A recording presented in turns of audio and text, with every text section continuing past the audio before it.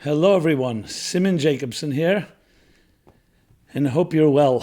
We will be talking today about trustworthy traits, what they are, how to acquire them, and how to spot them in other people. This program and class is dedicated in honor of Yitzchak ben Leah and Rivka Vika Bas Rachel and their children Ruth, Nicole, and Michael. Thank you for all your support and your merit and honor. This program and so many others reach literally tens of thousands of people all over the world. If you want to dedicate and sponsor a class or program, just go to meaningfullife.com/sponsorship. Okay, trust. Trust, a big word. Trust is a vital and critical component in every aspect of life. Without trust, almost everything would be compromised, if not outright destroyed. We need trust in relationships. We need trust in communication. We need trust in any given interaction. Trust is, as I said, a vital component. But which criteria define trust? How do we gauge whom to trust? How do you know whom to trust? Which traits and behaviors engender trust? Can these characteristics be acquired? Now, many of us have been hurt and justly wary of trusting another. We've been betrayed. Or sadly, may have even totally lost trust in others. Is it possible to rebuild healthy trust after betrayal? So that's what we're going to be discussing, a very critical component in life, but one, as usual, not spoken about enough and definitely not analyzed and probed. And we're going to dissect the anatomy of trust and trustworthiness and learn what it really means, how to cultivate it, how to make it, how to even train yourself to be more trusting and also to be more trustworthy. Because this is the key to any solid, healthy relationships, where we have safe environments and enduring relationships. So that's the topic of this week's discussion. So where do we begin? Let's talk for a moment, as always, go back to the beginning. The purest form, the most pristine form of the human being is the newborn child. Like freshly fallen snow, a newborn child has not yet been jaded, has not yet been shaped and impacted by parental attitudes, by educational and school attitudes, by social pressures and peer pressure and all of life's ups and downs and disappointments and successes. So when you look at a child, we can get a picture of the closest approximation of what we are at our healthiest. So from a purely scientific point of view, the child is the best version, I'd say the perfect version, but the cleanest and healthiest version of who you are in this purest form before it's been shaped and directed and guided and in any ways, shaped is the right word, yeah. Okay. So look at children. Children we see are both trustworthy, meaning you can trust them, and they trust until they discover that their trust is disappointed. They're disappointed in the people they trust, or that trust is betrayed. But children naturally trust, which can get them into trouble as well. But if you're thinking of a perfect world, trust is a healthy thing, and children have no reason not to trust until they are hurt. And the same thing is children are trustworthy. We're not talking about whether they're reliable. Obviously, they're not mature yet, so they can make mistakes, and you can't just trust them to take care of things. But you can trust them to be sincere, that they don't lie on their own. They won't be duplicitous. And again, until they learn otherwise. So what you see from this is that the human being, each of us, is born both a trustworthy and a trusting person. It's because of life circumstances and life's experiences where that trust is stolen from us, or at least limited and compromised in us.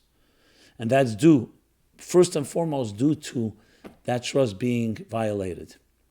So a child will give a parent the benefit of the doubt, and therefore, even if, let's say, the child says, promised that tonight the parent is going to take the child out, and the parent doesn't show up, or even more subtle things, that type of reliability that children just rely on the validation and on the nurturing and on the security of having a parent around, and that parent does not appear, abandons them, or in some ways absentee. So once, twice, three times the child has resilience, but after a while, that child will start lowering their expectations and, yes, lowering their trust, because next time someone says to them, trust me, they say, well, you know what? And not necessarily in words, but their unconscious says, I trusted, and it wasn't necessarily, no one lived up to that trust. Now, in extreme cases, that trust really is deeply violated. In more we'll call it more mild forms of it, the trust, it becomes wary. And there's many variations, one level to the next. Obviously, I'm not going to go through all of them. We're talking about the general picture, but you get the idea. So what happens as we lower our expectations and our trust is so-called not lived up to, promises are broken, the reliability and consistency is not there all the time, the security is taken away from us in some extent. So obviously, in direct proportion to that, the trust will be weakened and wane. That doesn't mean we still don't have within us, because we're born with it innately, that ability to trust, but we just don't allow ourselves to trust because we're afraid. We're afraid of being hurt. So we put up our defenses and we put up our armor and we build that armor. As when we grow into adults, depending on how much trust we had in our lives and how much of it was compromised, that will directly impact how we deal with new people, whether it's in relationships, whether it's in personal, intimate, and romantic relationships, or whether it's in even relationships at work and so on. There'll be in direct proportion to how much that trust was violated, will be the wariness that I'm mentioning, and even the fear and the resistance of really getting involved and always having a back door to escape from, because once we allow ourselves to be vulnerable and we trust, we can be hurt. For those that go the other extreme, that had healthy relationships and there was much to trust, they will find it much easier to go into a relationship because they have trust and they give the person the benefit of the doubt. Now, of course, every mature adult is going to always, hopefully, have some discretion, because just because you grew up in a trusting environment doesn't mean that every person you can trust. So you'll definitely weigh that. But it's much easier to trust because it hasn't been hurt. If it's been hurt, then everyone's guilty until proven innocent. And in extreme cases, people are continuously seen as not trustworthy, to the point that sometimes a person who's really been violated, been hurt, and abused in that regard will often create a situation where they'll test the other person to the point that they'll almost intentionally sabotage a relationship and say, you see, I couldn't trust you. That becomes unrealistic expectations and basically writing the script of what you expect to happen because it happened in the past, which is that ultimately there's no one to trust. And every person listening to this, every one of us fits somewhere into the spectrum from one end to the other. And the same thing is with that's trusting others. The same thing is being trustworthy. You can argue that they're directly linked to one another. The more trusting you are of another, meaning the more reason you are trusting, the more trustworthy you will also be, because it's reciprocal. However, if you don't trust others, obviously you yourself are not going to make yourself available to be trusted. You'll be evasive, you won't show up. Sometimes you'll just get out of a relationship. You'll end relationships. Commitment will be an issue. Is it always the case? Can a person be not trusting others and themselves be trustworthy? That's possible too, because sometimes we feel that we need to please and we need to really bend backwards, so we don't trust others, but we constantly make an effort that we should be trusted. So there again could be different scenarios. I'm not going to go analyze every particular scenario. I just wanted to thoroughly cover at least just in brief the different situations and different scenarios.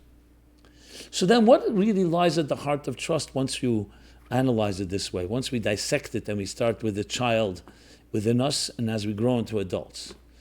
You see, I use the word vulnerability.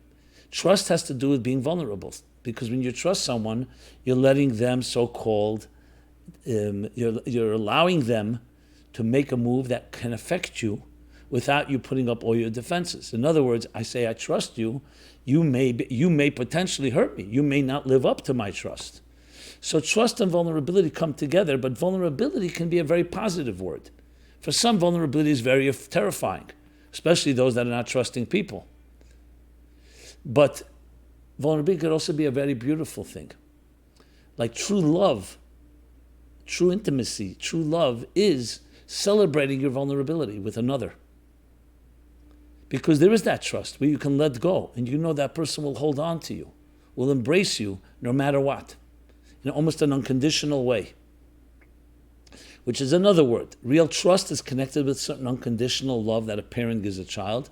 And later in life, hopefully the person that you or your spouse, the person that you commit to and marry in a sacred relationship will also give you that type of unconditional commitment. But it goes further than that. Because here's the big question. Is trust built on perfection? When you say, I'm trusting someone else, I will be vulnerable, I will rely, I will trust them to deliver what they promised, to protect me because they say they will. And I will take the risk. And then let's say they don't. What happens? In other words, every human being makes mistakes. Is it a result that they abandoned me? Now, if you grew up with that type of experience, so then, as I said, that's your default state psychologically, then you're expecting to be abandoned. You're expecting you're expecting your trust not to be lived up to.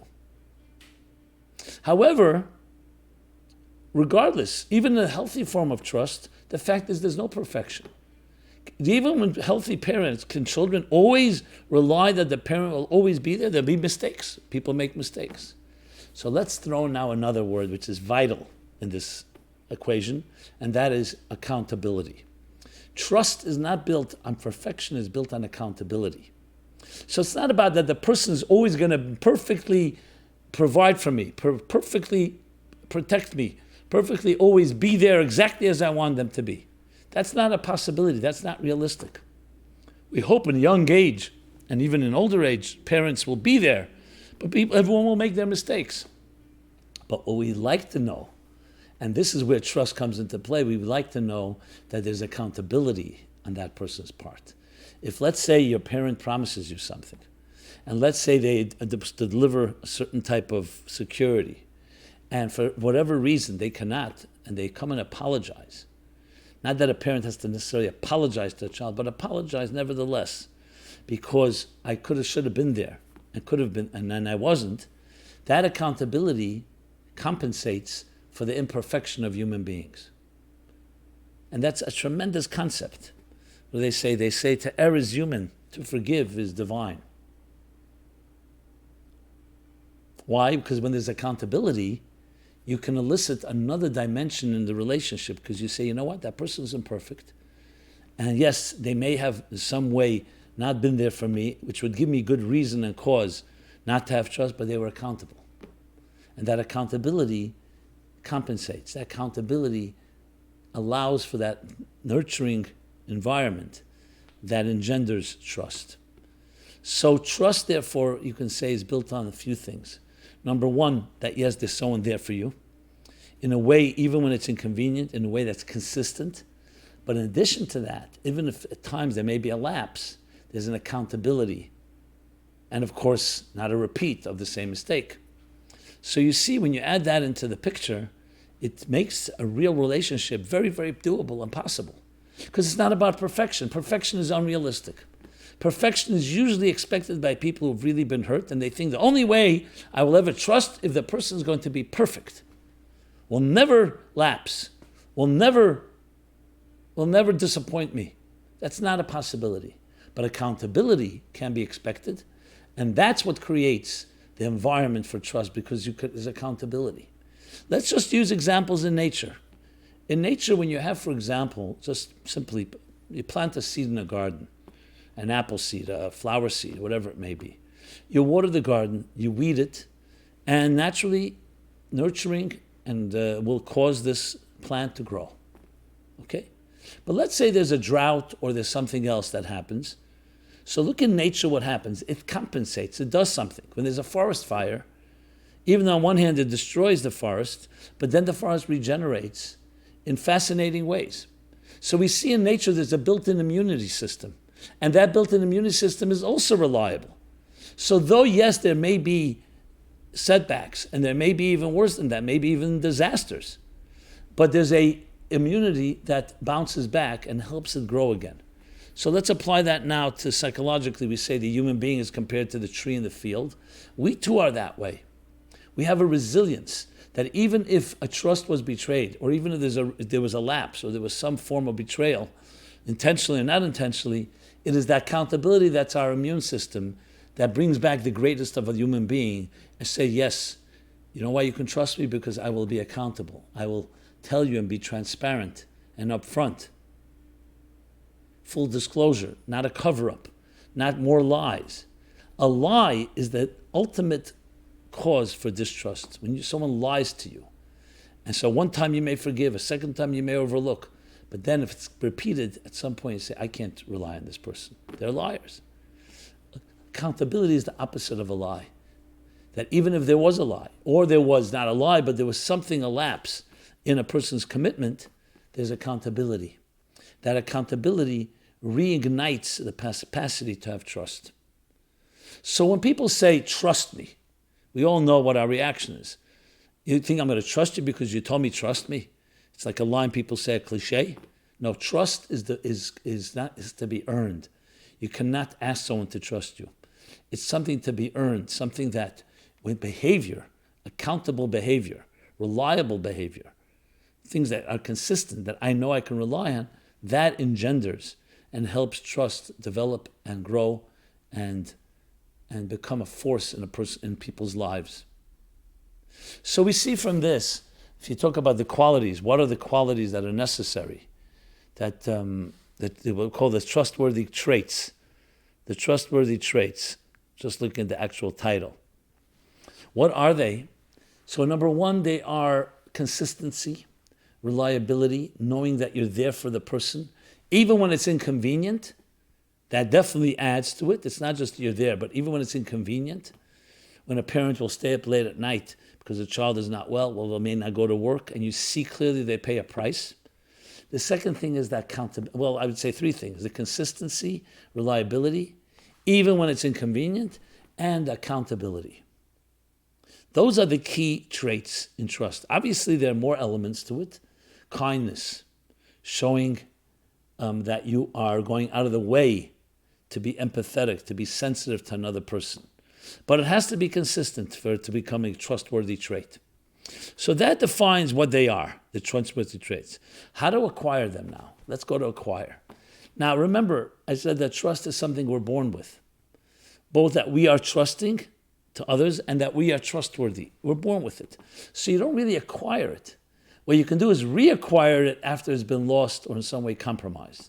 And we reacquire it by going back to an environment where you can test it slowly. For example, if a person actually has lost trust in others, and they themselves are also not that trustworthy at this point, so what's the solution? The solution is not cold turkey, because there are good reasons that you don't trust, because you have been hurt.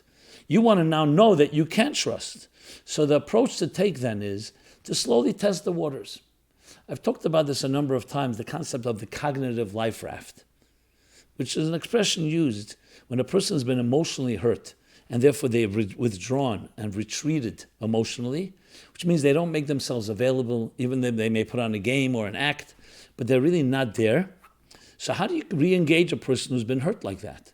And they've retreated, literally like a turtle within its shell, in the fetal position, where we curl back up and we don't really allow anyone to touch us, and we don't therefore touch anyone either.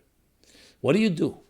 So you can't just force a person to say, listen, let's force the head of the turtle out of the shell. There's a certain fear, either palpable fear or even not palpable. Maybe it's subtle. But there's a certain fear or resistance. So how do you do it? Slowly, your cognitive life raft is let your mind explore first. You meet somebody on a date. Let's talk about that type of relationship. But it could be in any situation. You talk. You test the waters, so to speak. Not in an aggressive testing way, but just like getting to know somebody. And the mind is a lot more trustworthy than our emotions, because when our emotions are hurt, it's subjective. The mind can explore something even if it's not something you're going to relate to. You can read a book that you or be familiar or allow someone to pitch you an idea. As long as your emotions are not involved, there's much less fear, if at all. So that's the trick. Use the mind which can imagine, which can dream, which can step away from your emotional subjective experience and just let me explore. It's like sending a scout out there to check it out. No risks involved, because all you're doing is looking into it. So your mind allows you to go to places that your heart won't allow you to go if you've been hurt. So the mind goes, and right now it's not making any commitments.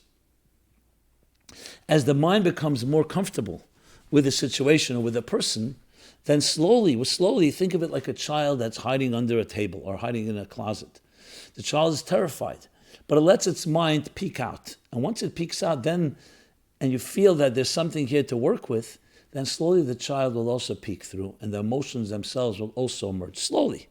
So the cognitive life raft is an escape, basically. I wouldn't say the word escape.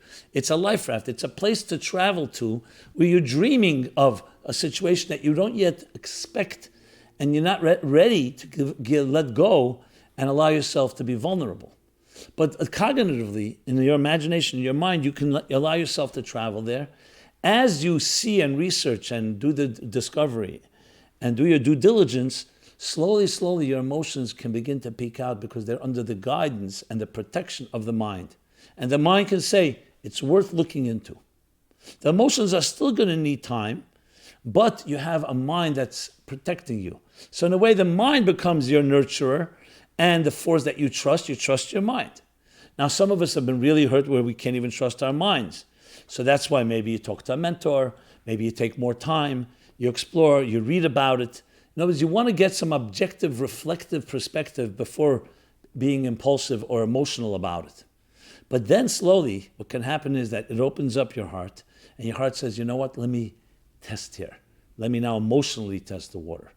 And that's a more difficult step. But once the mind has so-called paved the way, and has paved the way is the right word. I want to say it like opened the door, paved the way, then the emotions can slowly behind the mind come out and test the waters emotionally. And you may discover, you know what, this is a person I can trust. Again, I'm not suggesting this be done overnight or quickly, but it can be done.